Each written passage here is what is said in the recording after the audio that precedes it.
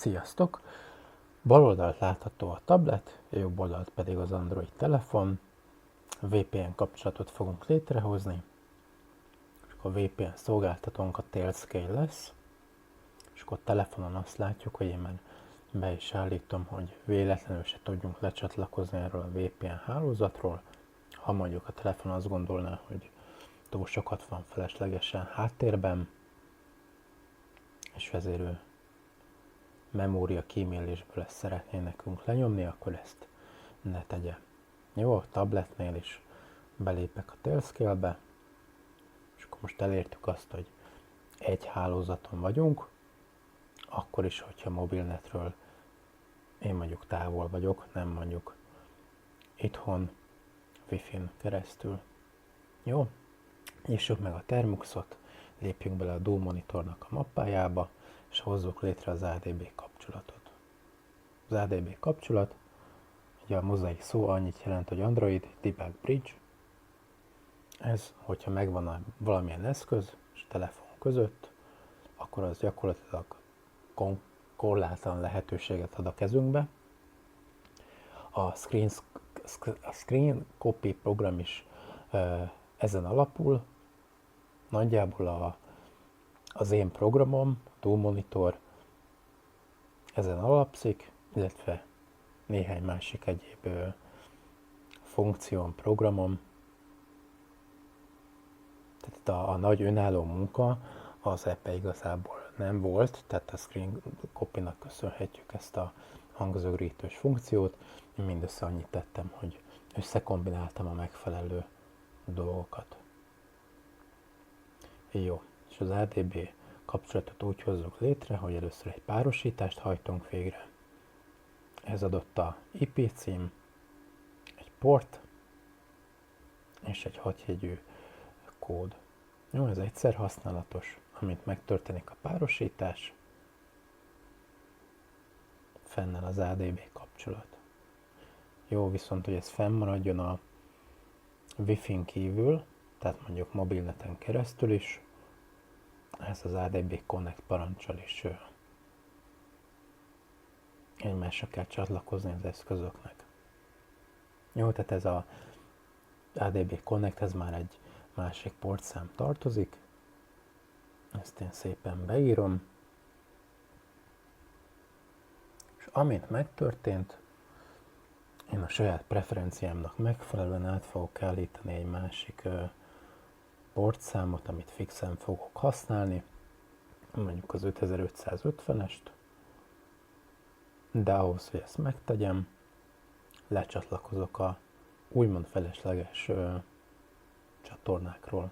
Jó, tehát az ADB Devices-zal tudom lekérdezni azt, hogy milyen aktív vagy inaktív csatornák állnak fenn, és a TCP/IP parancsal pedig azt tudom megmondani, hogy melyik portszámra portoljunk át. Jó, ezt most sikerült elírnom, nincsen semmi gond. Ilyenkor tudnám azt csinálni, hogy akkor a rossz portszámra rákonnektelek, és akkor megint egy TCP/IP-vel beállítom már a jó portszámot. Ez lenne a korrekt eljárás. Én ehelyett most azt fogom csinálni, hogy újra kezdem a párosítást a két eszköz között. Jó, ehhez persze le fogok csatlakozni a korábbi portokról.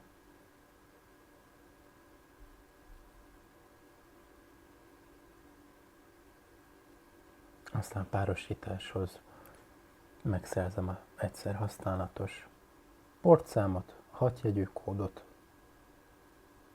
Ezt én szépen beírom.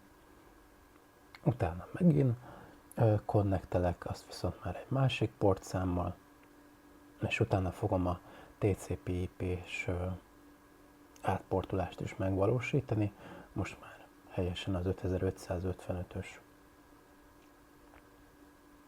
számmal. Jó, és akkor az első tesztparancs az lesz, hogy én ki fogok iratni a telefon kijelzőre egy tesztüzenetet.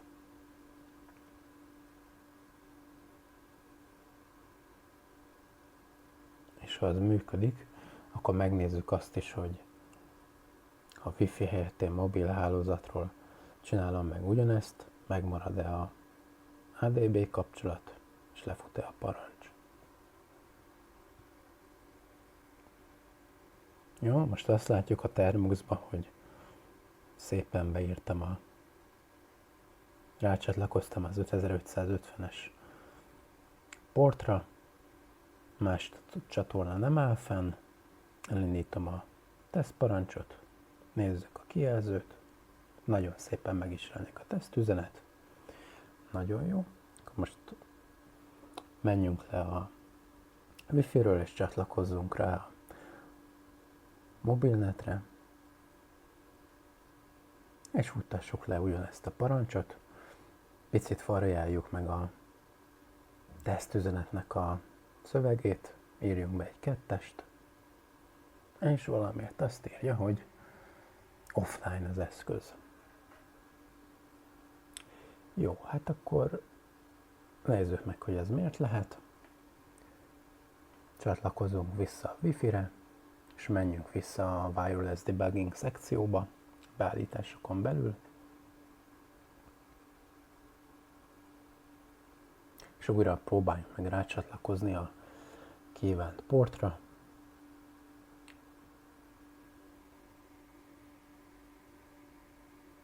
Jó, és azt írja, hogy már eleve rajta vagyunk az adott csatornán, ennek nagyon örülünk, akkor megint csatlakozzunk vissza a mobilnetre. Lőjük ki a Wi-Fi-t, és most megint futtassuk le ezt a tesztparancsot. Tehát, hogyha ez működik, akkor az azt fogja jelenteni, hogy én bárhol a világban, ha mobilneten vagyok és VPN-re rá tudok csatlakozni, akkor ez az ADB kapcsolat fenn fog állni a kettő eszköz között. Jó, és látjuk is, hogy működik. Nagyon jól megjelent a tesztüzenet. Nagyon szép. Akkor már az maradt hátra, hogy elindítjuk a Dual Monitor programot. Az első dolog, amit ez elkezd csinálni, csatlakozás után, hogy a geolokációt elkezdi logolni. Jó, ezt ki is tudnám kapcsolni ezt a funkciót, de legyen benne. Ezt én egyébként most kifilterezem, mert azért mégiscsak szenzitív adat. És a fő témánk az, hogy a hívást rögzítsünk. Ennek megfelelően felhívom a Balázs barátomat, és megnézzük, hogy működik a dolog. Jó, tehát ez vele előre meg van beszélve, engedélyt kértem tőle. Jó, és ne lepődjünk meg, hogy majd meg fog szakadni a telefonnál a képernyő rögzítés. A hangot utólag be fogom vágni ide.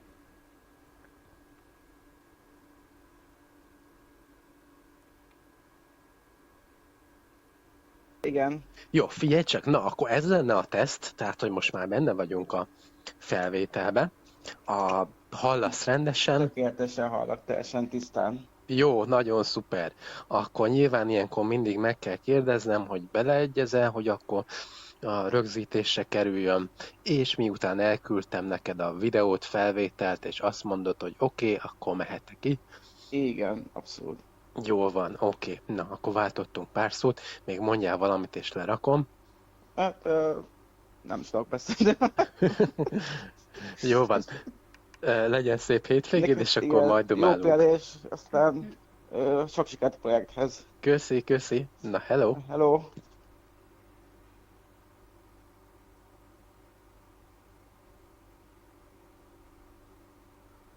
Jó, ez nagyon szépen működött, és elvileg ez ki is mentődött MP4 formátumba, átkonvertálom MP3-ba, és gyakorlatilag is működik a történet, hiszen ezt én be tudtam vágni ebbe a YouTube videóba. Jó, figyeljünk arra, hogy véletlen se sértsük meg a embertársaink jogait, még poénból se, tehát mindig előre egyeztessünk és kérjünk engedélyt, hogy mehet-e a hangrögzítés, stb. Stb. Meg hát ez alapvetően laborkörülményekre van ez a projekt. Ja. Tehát a jogszabályok megszabják azt, hogy ezt én hogyan, mennyi ideig használhatom fel. Jó. Látjuk, hogy működik. Amit még ki kell próbálnunk, azok az USSD-szerű kódok. Tehát amit tud még a Dual Monitor, hogy én a telefonról, most csak a telefont fogom mutatni, mert a való életben is majd csak leginkább arra fogunk tudni hagyatkozni. Beírok USSD-szerű kódokat, például csillag 2-s kereszttel kezdődő kódok, azok lekérdezések szoktak lenni. Aztán jön mondjuk egy paraméter, ami az én speciális kódom, aztán a programkód, aztán pedig a változó, amit szeretnék kiíratni. Jó, a 2-es változó, azt mindjárt látjuk, hogy mi lesz. Az a geolokációnak, tehát írja az üzenet, geolokációnak a változója, és 1-es az értéke. Nagyon jó.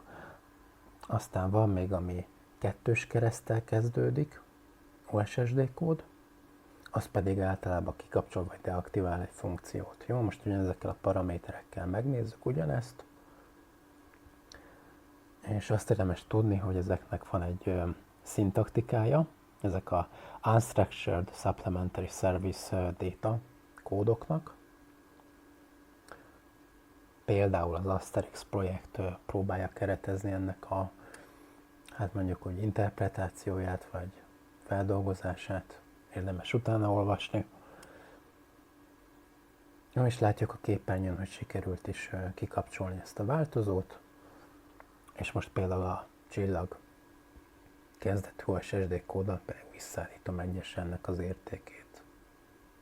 Jó, ez az érték az 1-es lesz, ez meg egy extra paraméter. Jó, arra érdemes még figyelni, hogy ezek az USSD kódok kimennek a rádióállomásokhoz, ők ezt egy értelmetlen kódnak fogják értelmezni. Lehet, hogy picit zavarják őket, de próbáljuk meg nem interferálni létező indító kódokkal. Jó, látjuk, hogy ez működik, nagyon szuper, és akkor ezzel bemutattam a Dual Monitor programot. Köszönöm a figyelmet. Sziasztok!